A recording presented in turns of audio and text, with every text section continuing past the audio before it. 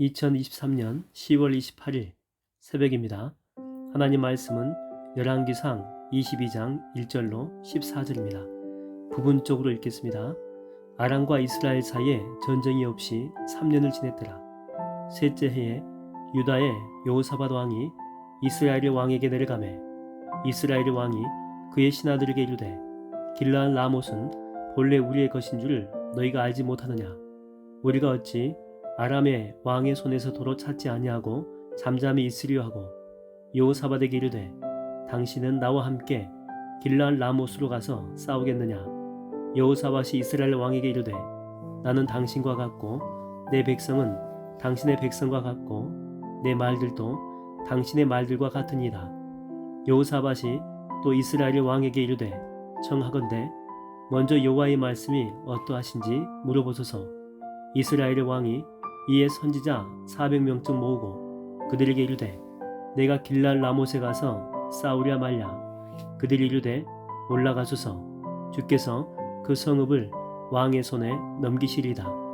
여호사밧이 이르되 이외에 우리가 물을 만한 여호와의 선지자가 여기 있지 아니하나이까.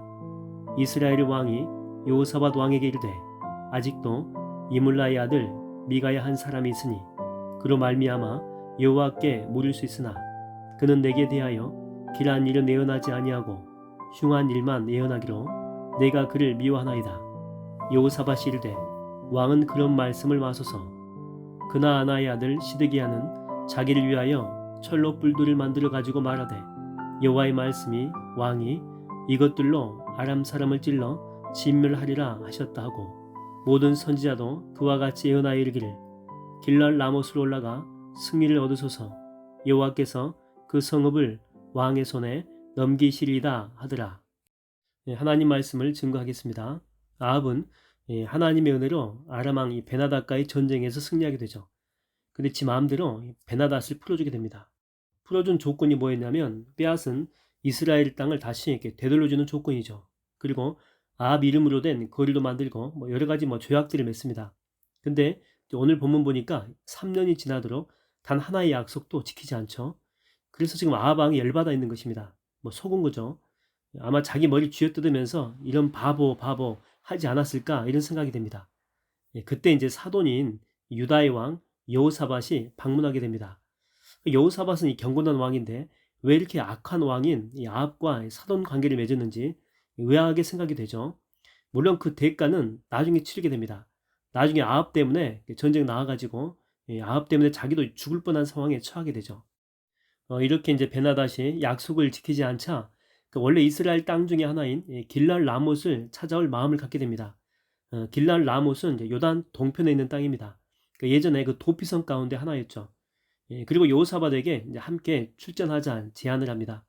여호사밧은 이 말에 이제 오케이는 했지만 조건은 하나님 말씀도 한번 들어보자라고 이야기를 하죠. 주님 말씀 들어보고 난 다음에 출전합시다.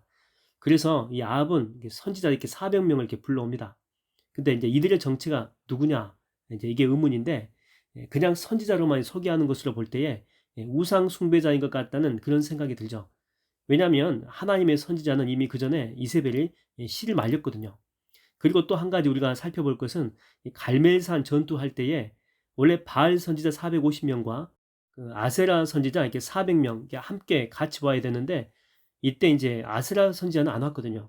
그래서 이 사람들이 아닌가 충분히 우리가 생각해 볼 수가 있죠.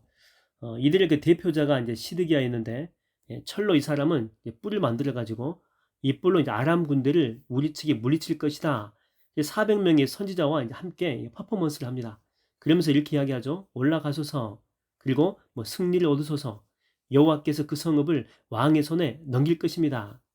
근데 이 말은 진정한 하나님의 음성이 아니죠. 그러면 이 말은 어떤 말일까요? 그렇죠? 아합이 듣기 좋은 말입니다. 이 말을 듣고 싶었거든요. 그리고 그들도 압니다.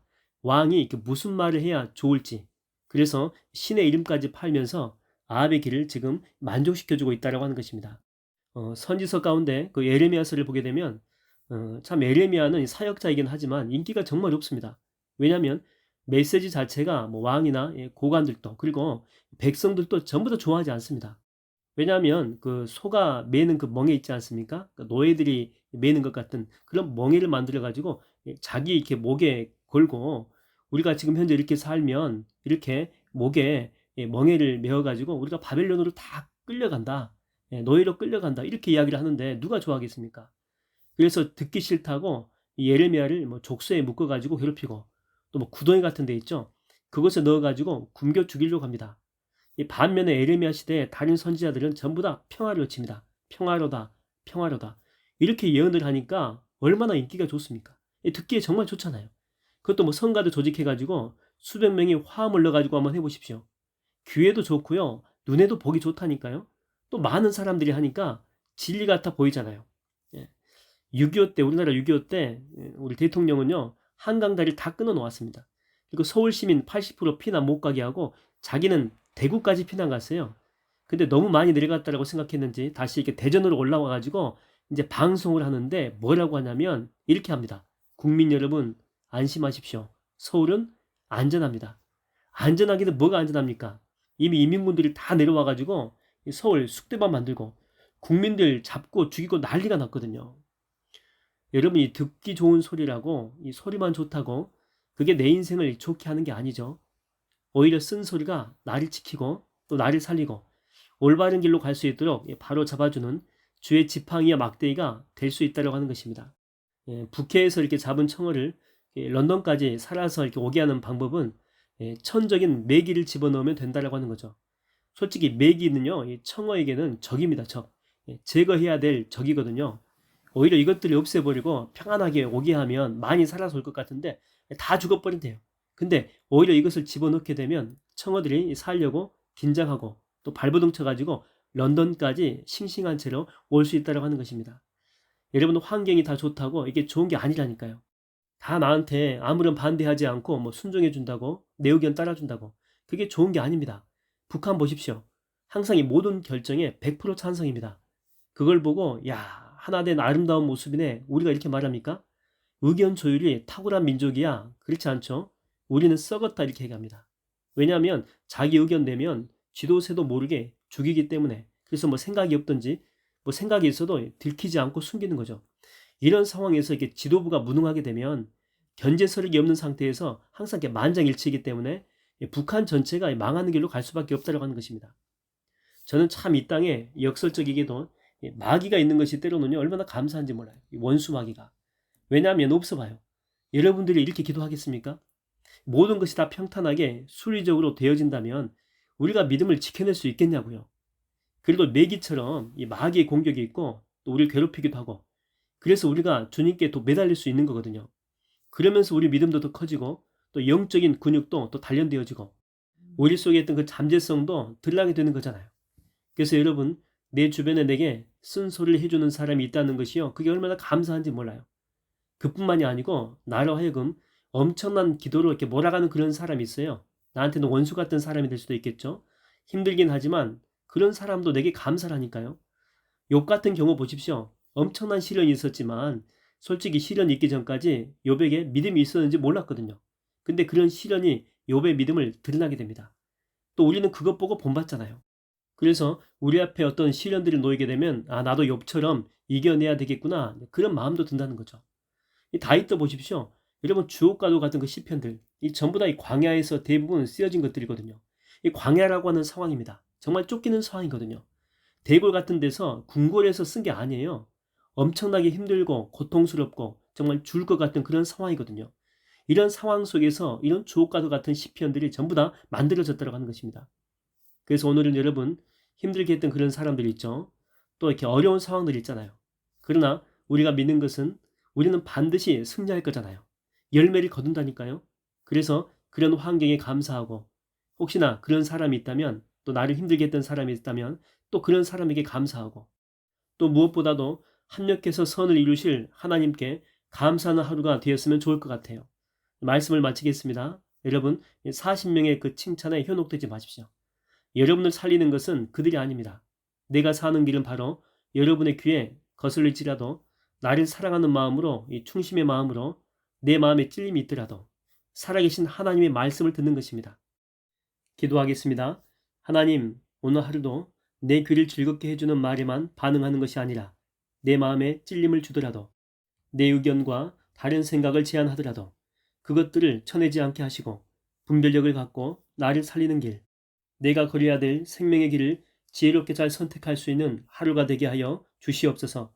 예수님의 이름으로 기도하옵나이다. 아멘.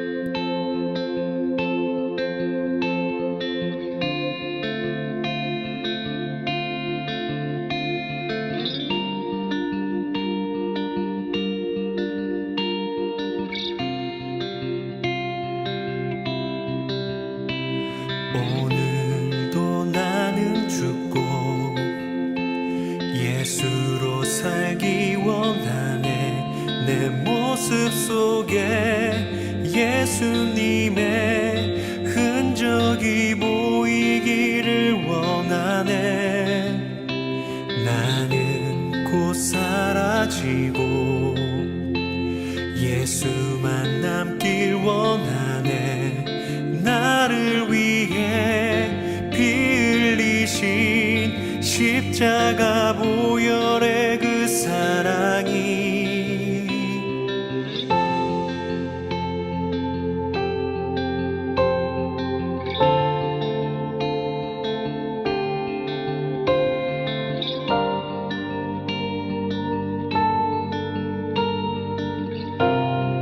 우리 함께 같이 고백하시겠습니다. 오늘도 나는 죽고 예수로 살기 원하네. 내 모습 속에 예수님의 흔적이 보이기를 원하네. 나는 곧 사라지고 예수만 남길 원하네. 나를 위해 피 흘리신 십자가 보혈의 그 사랑, 나의 영혼에 그의 보혈이, 나의 소리에 그의 사랑이, 나의 손짓에 그의 영광이 영원토록 예수가 보이네. 우리 삶 속에서 예수가 보이네. 우리 모습 속에 예수로만 살 영혼 부림치며 세상과 싸워 나가는 우리 모습 속에 예수가 보이네.